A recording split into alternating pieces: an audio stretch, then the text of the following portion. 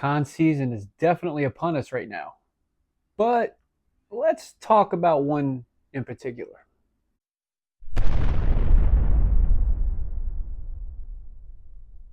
Before we get into this video, please like, comment, subscribe, all that fun stuff.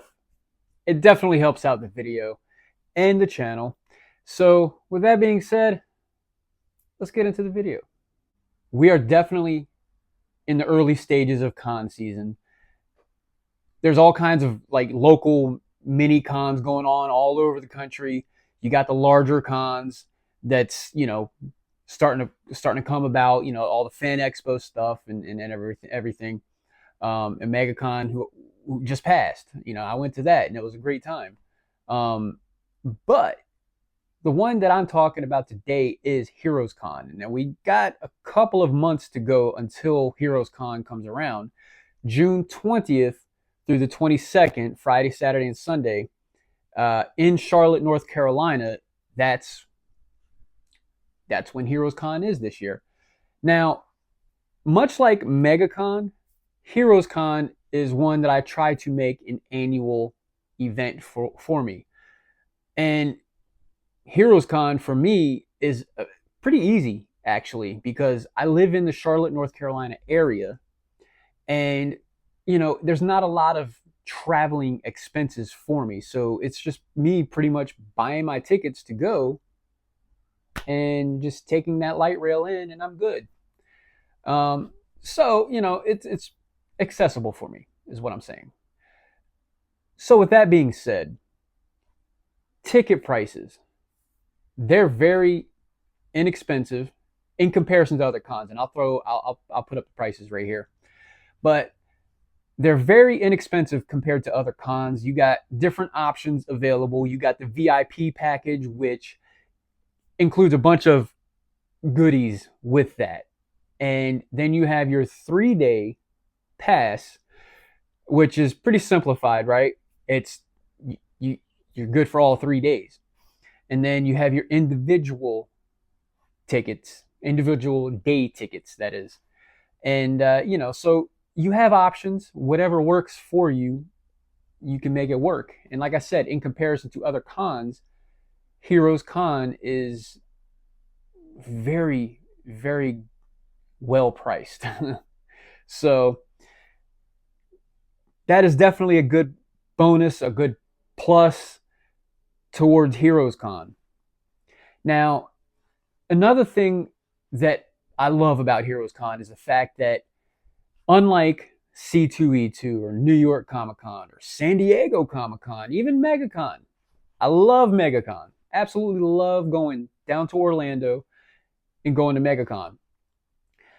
But unlike all those other cons, HeroesCon is solely comic book focused.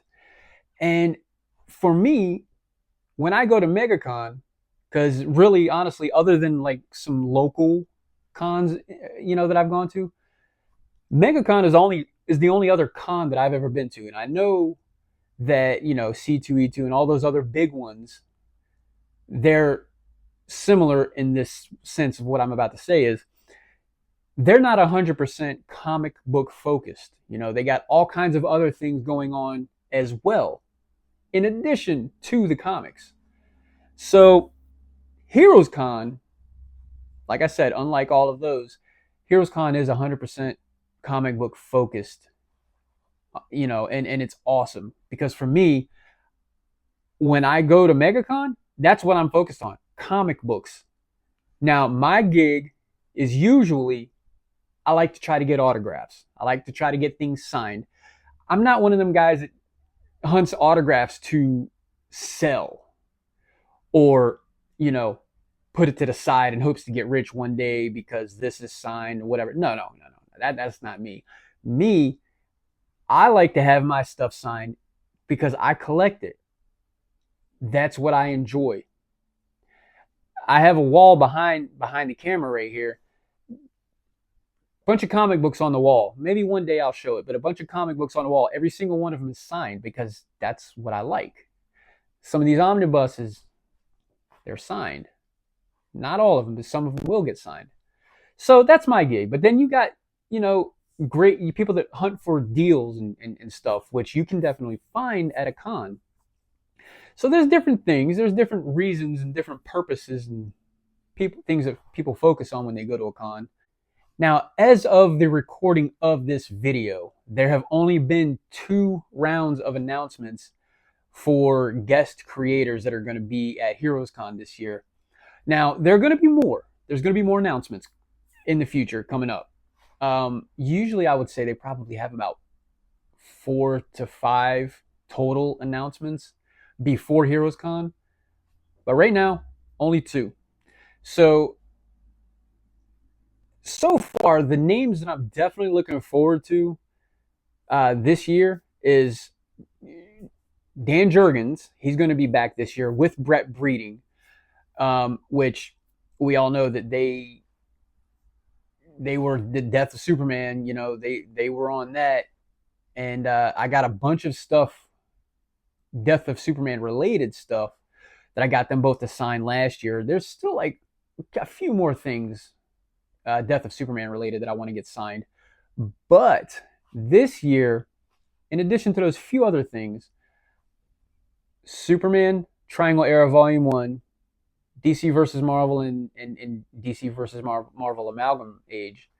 I want to bring those omnibuses to get signed. And also, there's one up here on the top shelf, the Captain America by Dan Jurgens, that I want to also bring to get signed. So yeah, I had to get me. I'm gonna be one of them guys for at least one day. You know, I have one of them little carts or whatever that I'm hauling them around, these omnibuses around in.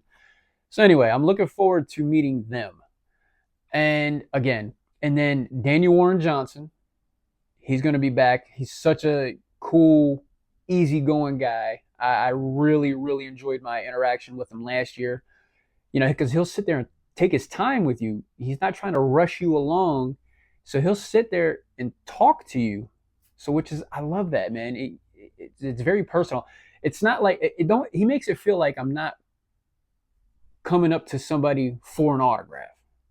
He almost makes it feel like you're walking up and you're talking to a friend, you know? I mean, as corny as that might sound, it's just there's no added pressure. You just walk up and you just start talking to him, man. You know, and he's like I said, he's easygoing and he's just really nice, man. So I'm looking forward to seeing him again.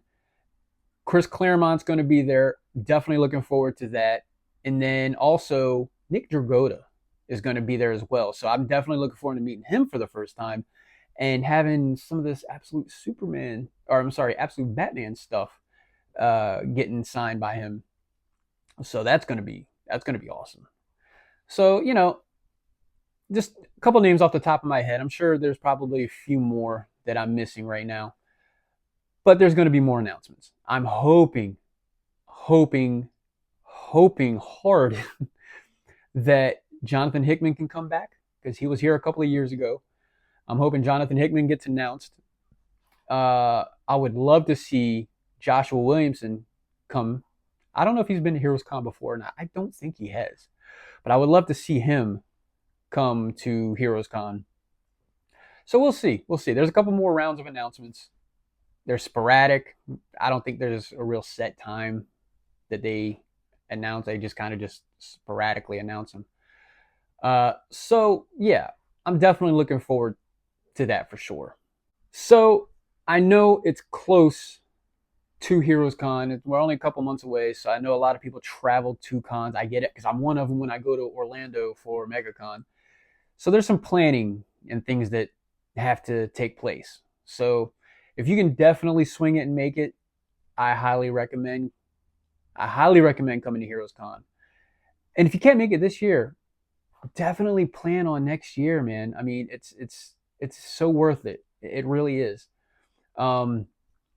You know, so all that being said, this is going to be part 1 of a video. Once we get closer, I'm going to make another video related to HeroesCon, kind of talking about like me, what I'm planning on bringing to get signed, or my plans for HeroesCon, and things like that. Just kind of like a planning video, sort of, if that even makes sense, I guess. And then I will probably make another video uh, after HeroesCon with some footage and some other things. So we'll see. But yeah, yeah, I'm definitely looking forward to HeroesCon. Definitely keep an eye on their website, Heroes Online, and yeah, they got all the information there, and definitely check it out. So with that being said, I hope you guys enjoyed this video. Hope you guys kind of have somewhat informed. I don't know.